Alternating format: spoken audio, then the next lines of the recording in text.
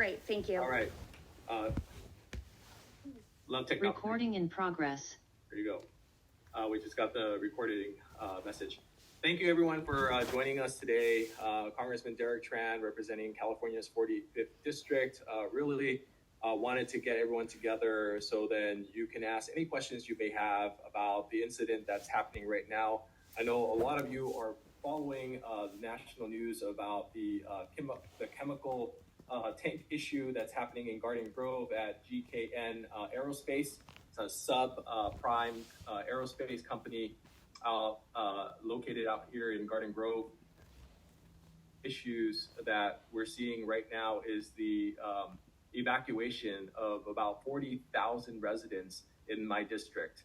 And one of the most important things that we're doing, and our priority remains with the health and safety of our residents and the first responders.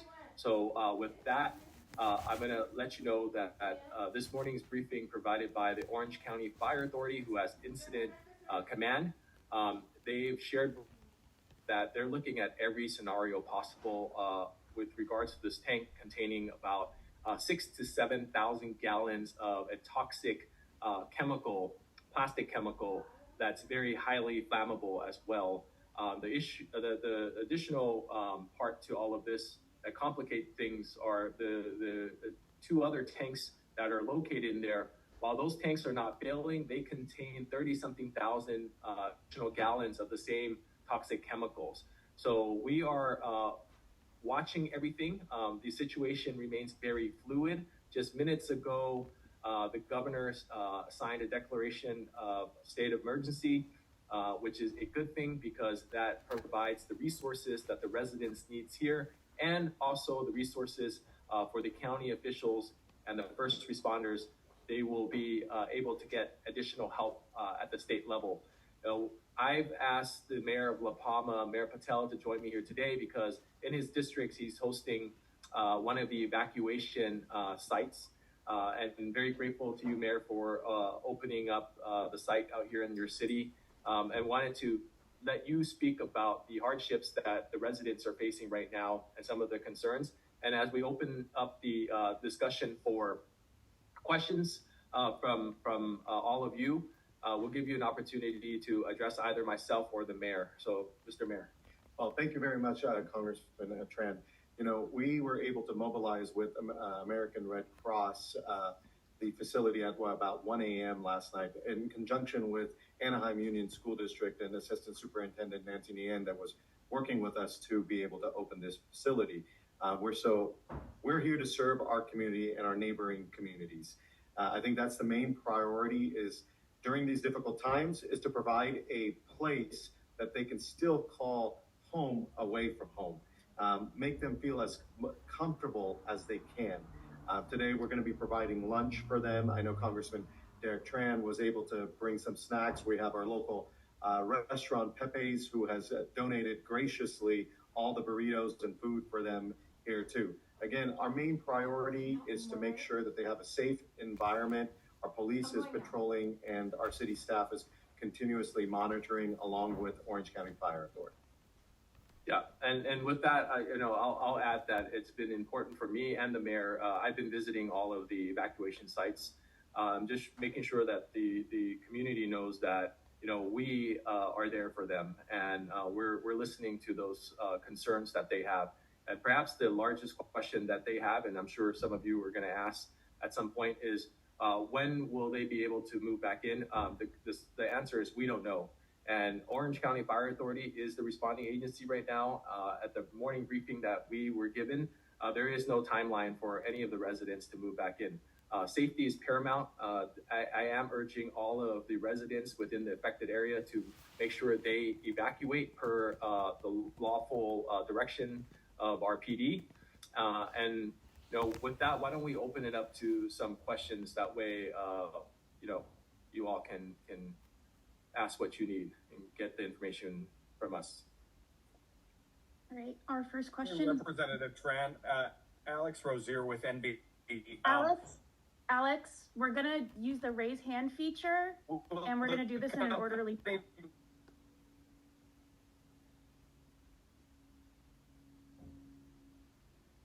Hi there, Nick Garcia from Fox 11. I'm hearing from people who say that they may have been exposed and are experiencing symptoms.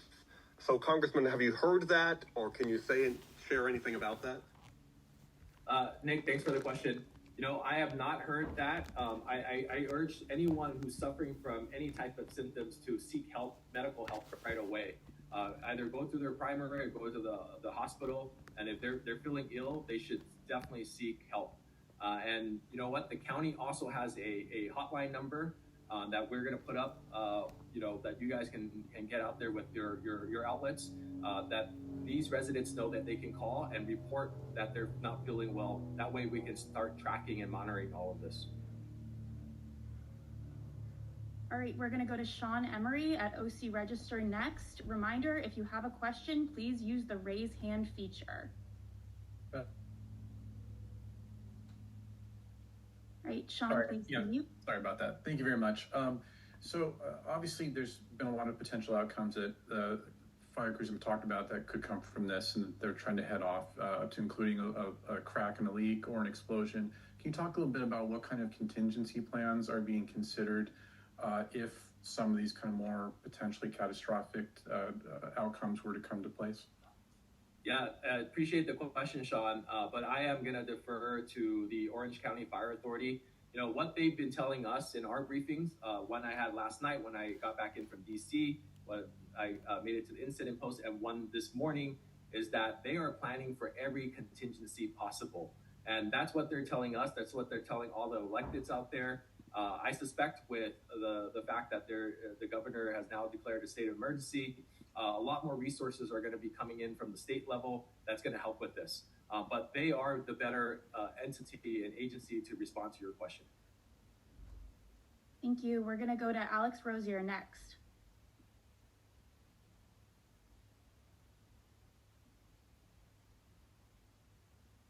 Hi, Representative Alex Rosier with NBCLA. What are you doing to ensure, or I'll ask. Yeah, Alex, I think the primary priority for everyone right now is the health and safety of the residents and the first responders. I had a chance to speak to the president of their company yesterday, and I shared with him that I'm not happy about what's happening right now, but I need the company to focus on making sure that they help with the response, that they help with any of the engineering questions that are related to the manufacturing and the installation and inspection of the tank. That's something that everyone's concerned about, and that's everyone's top priority.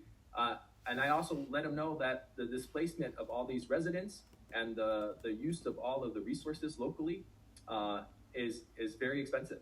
So I expect that the company needs to step up and take ownership of this. And right now it's too early for anything other than working on the safety and priority of making sure that we knock out the tank exposure and mitigate that before we talk about anything else. But I am calling for a deep investigation of what happened. All right, we're going to go to Jill Rapogel next at NPR. Hi, Congressman Trent. Thanks for doing this. Two questions, if I may. First, have you had conversations with FEMA about providing support? And second, if you know, I've seen a few estimates of how many people did not evacuate, and I'm wondering if you know, and if there are still efforts to get people out who have not evacuated. Yeah, 100%, Jill. Let me answer your first question. Yes, I've been in contact, and my office has been in contact with FEMA. They are fully aware. Unfortunately, they cannot activate until there is a federal disaster and emergency declared, and the president signs off on it. So right now they're on standby. They are fully aware of what's happening on site. I can also tell you that the EPA is on site, sending 2 of their observers out here with a team that's kind of monitoring, tracking as well. So from a federal standpoint, we have some resources out here, and that's a good thing because we're being proactive about this instead of reactive. And then from the second part of your question deals with, can you remind me, Jill? Yeah, sorry. Whether you're aware if there are still people in evacuation. So as of last night, I was told by PD, Garden Grove PD, who's been the main point of contact and agency leading the evacuation, that about 15% of the residents are refusing to evacuate.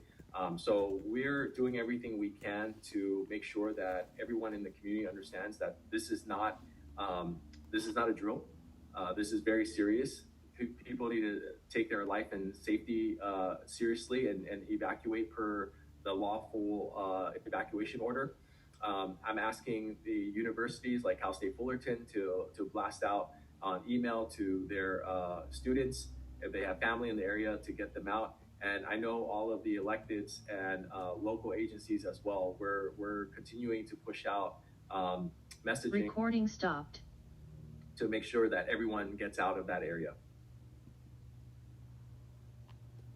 All right, we have time for one more question. If anyone else has a question, otherwise we'll wrap up. All right, seeing none, thank you all. Demia? Hi, I'm Demiana with the Daily Titan over at Cal State Fullerton. Thank you guys. I was wondering, there's a lot of information about evacuation sites and reunification centers like on the socials of OCFA, but in your communications with them, would you know when or how long in advance we would know about a potential explosion or leak?